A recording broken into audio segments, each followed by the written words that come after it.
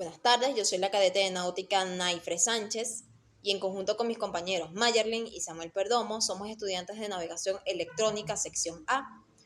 El día de hoy vamos a hablarles un poco sobre lo que es el radar. Entonces bien, ¿qué es el radar? El radar no es más que un sistema que utiliza radiaciones electromagnéticas reflejadas por un objeto para determinar la localización o la velocidad de este. Es decir, usa ondas eléctricas o electromagnéticas, mejor dicho, para medir distancias, altitudes, direcciones y velocidades de objetos, tanto estáticos como móviles, durante la navegación. Un ejemplo muy claro de esto es que a la hora de nosotros estar navegando cerca de la costa, podemos realizar la toma de marcaciones o demora con respecto a una punta para poder determinar si nos encontramos en el rumbo correcto. Entonces, el radar es un instrumento eléctrico, escúchese bien, de ayuda a la navegación, que usa una antena giratoria para barrer un estrecho y crear un eco. ¿Cómo así? Esto se crea alrededor de la superficie del agua que rodea el barco hasta el horizonte, detectando así objetivos por las ondas que chocan y forman un eco reflejados en ellos. Entonces así, generándose una imagen de los alrededores del barco en una pantalla de visualización. El radar es un componente de la navegación vital para la seguridad en el mar y cerca de las costas. Los capitanes deben poder maniobrar sus barcos a pocos metros de las peores condiciones y poder navegar a ciegas, cuando no hay visibilidad por la noche o debido al mal tiempo. Además de esto, los radares marinos instalados en embarcaciones también se encuentran en los puertos y también o las personas de la Guardia Costera utilizan el sistema de radar de servicios de tráfico de embarcaciones para poder monitorear y regular los movimientos de las embarcaciones en aguas concurridas.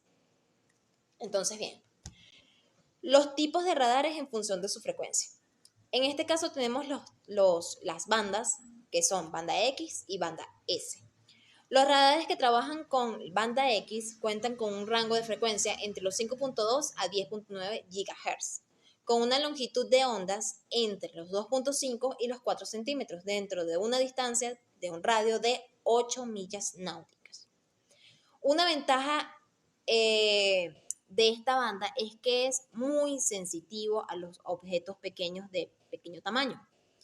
Además de que tiene la menor dimensión en cuanto al tamaño de la antena. La desventaja principal de esta banda es que se ve afectado por las atenuaciones y por la lluvia. En cambio, los radares de banda S, que se encuentran entre una frecuencia entre los 2.0 y los 4.0 GHz, con una longitud de onda entre los 8 y los 15 centímetros dentro de una distancia de un radio de 12 millas náuticas, cuentan con una ventaja principal, que es la desventaja principal del radar de banda X, que es que no se ve afectado por las atenuaciones. En otras palabras, son condiciones climatológicas adversas donde el radar banda X no responde adecuadamente y por eso este es el más recomendado a la hora de la navegación en cuanto a adversidades climatológicas. La desventaja de este es que cuenta con un mayor tamaño en cuanto a su antena y requiere una mayor potencia a diferencia del banda X.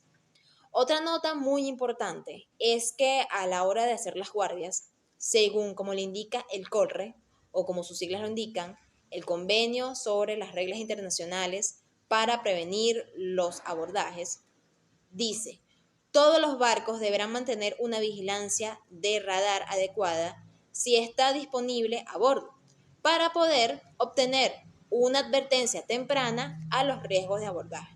Esta es una de las principales importancias por las cuales debemos de tener un radar en nuestro puente de mando. Mi nombre es Samuel Perdomo. El radar ARPA. El radar ARPA, Automatic Radar Plotting Aid, o radar de punteo automático, es un equipo en el que aparecen en la pantalla los movimientos verdaderos de todos los ecos detectados, incluido el del buque propio. Puede activar alarmas que nos avisan de un posible riesgo de colisión y el sistema puede calcular el rumbo que lleva el blanco, la velocidad y el punto más cercano de aproximación, o sea CPA, con lo que es posible saber si existe peligro de colisión con otro buque o de tierra. La forma de adquirir los ecos en pantalla puede hacerse de manera manual o automática. En la adquisición manual es el operador el que decide los ecos que le interesan en función del tráfico, la zona de recalada, rumbos convergentes que hagan presumir una colisión o cualquier otro criterio observado por el operador. En el modo automático, el propio sistema elige los blancos sin la intervención del operador y en función de las características del módulo ARPA. El desarrollo del ARPA comenzó después del accidente del buque italiano de la línea SS Andrea Doria, que colisionó debido a una densa niebla y se hundió frente a las costas de Estados Unidos. A partir de 1960 y con el avance de la electrónica, empezaron a surgir radares ARPA. El primer radar disponible comercialmente fue entregado a la línea Taimyr MB en 1969 y fue fabricado por Nord Control. En la actualidad los radares ARPA están disponibles incluso para embarcaciones de recreo. Con el sistema radar ARPA ha aumentado considerablemente la seguridad de los rápidos desplazamientos de los buques por las diferentes rutas marítimas, evitando así pérdidas de vida humana y reduciendo las pérdidas materiales y económicas. No por eso se ha dejado ocurrir accidentes atribuibles en general a algunas de las siguientes causas: el descuido de la vigilancia al exterior, las fallas materiales del equipo, el exceso de confianza en el radar, los operadores que están poco preparados. También se ignora si el otro barco tiene radar y cómo plantea la maniobra. Y por último, se ignoran las limitaciones de la información facilitada por el radar. En resumen, podría decirse que a las principales causas de los accidentes ocurridos se debe a un error o falla humana. El radar ha dado solución a posibles abordajes.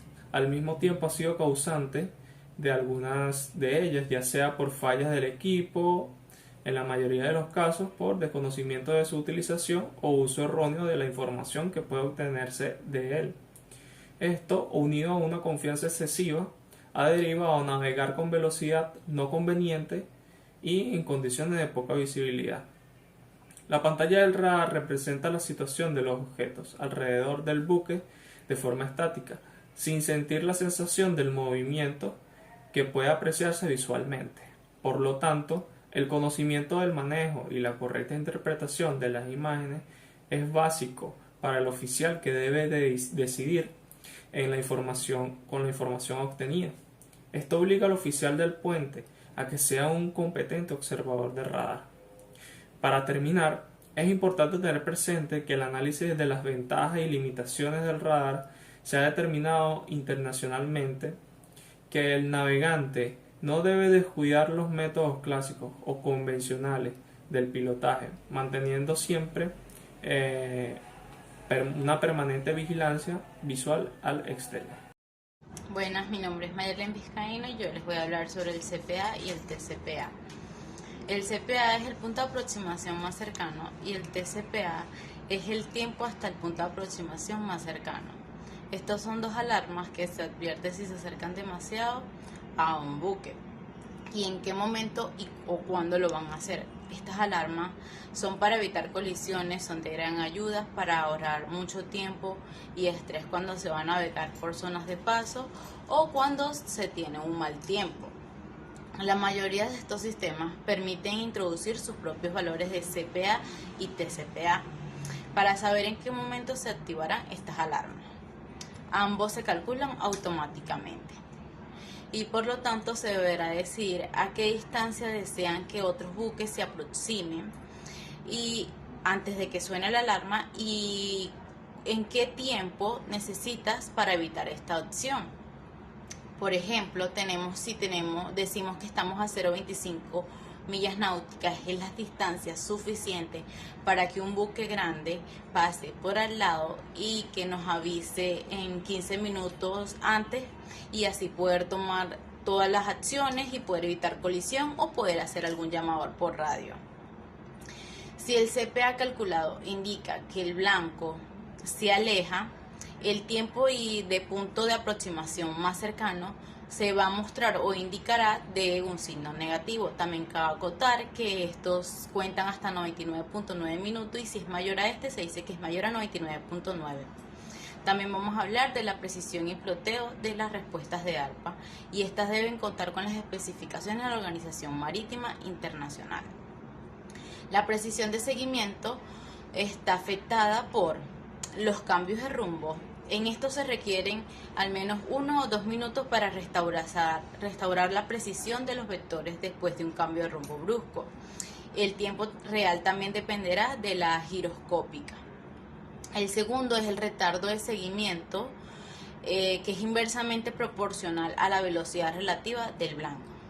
Este retardo es del orden 15 a 30 segundos para velocidades relativamente altas y de 30 a 60 segundos para velocidades bajas.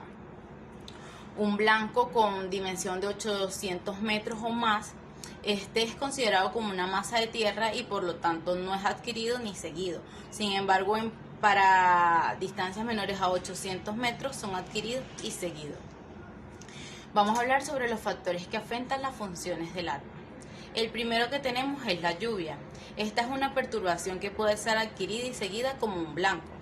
Esto se hace un ajuste de control en las antiperturbaciones de lluvia, y si la precipitación se mantiene o es intensa, se pasa a la banda S, si existe, o se activa el supresor de interferencias del radar. Si la perturbación continúa, se pasa a la adquisición manual y la precisión puede resultar afectada. La segunda son las nubes bajas. Estas normalmente no afectan, y si es necesario se realiza el ajuste de control de antiperturbación de lluvia.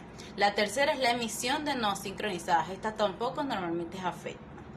La cuarta es la baja ganancia.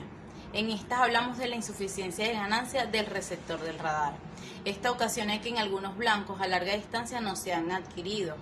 El ARPA pierde estos blancos que serían visibles si la sensibilidad del radar se incrementa. El seguimiento se consigue cuando el blanco es detectado 5 veces, no es necesariamente que sea seguido en 10 exploraciones. Y si no es así, se considera que es un blanco perdido.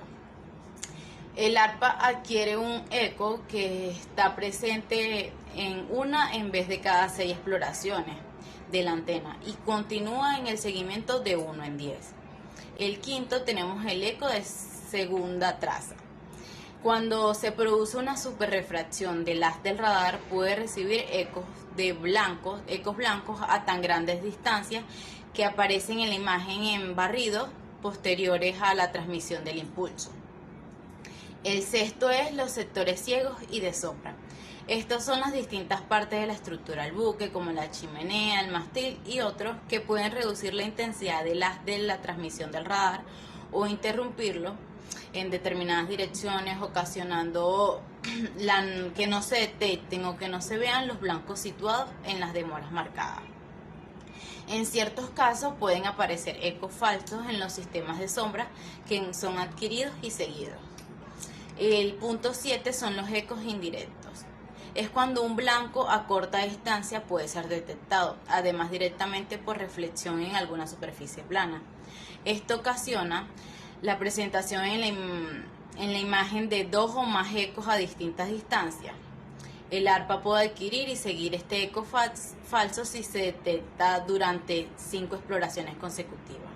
La reducción de la ganancia puede eliminar los ecos falsos, pero también debemos tener en cuenta que puede reducir el alcance del radar. El 8 es la interferencia del radar. Es cuando si tenemos otro radar en que funciona cercano a este puede ocasionar una fuerte interferencia. Muchas gracias, espero que la disfruten.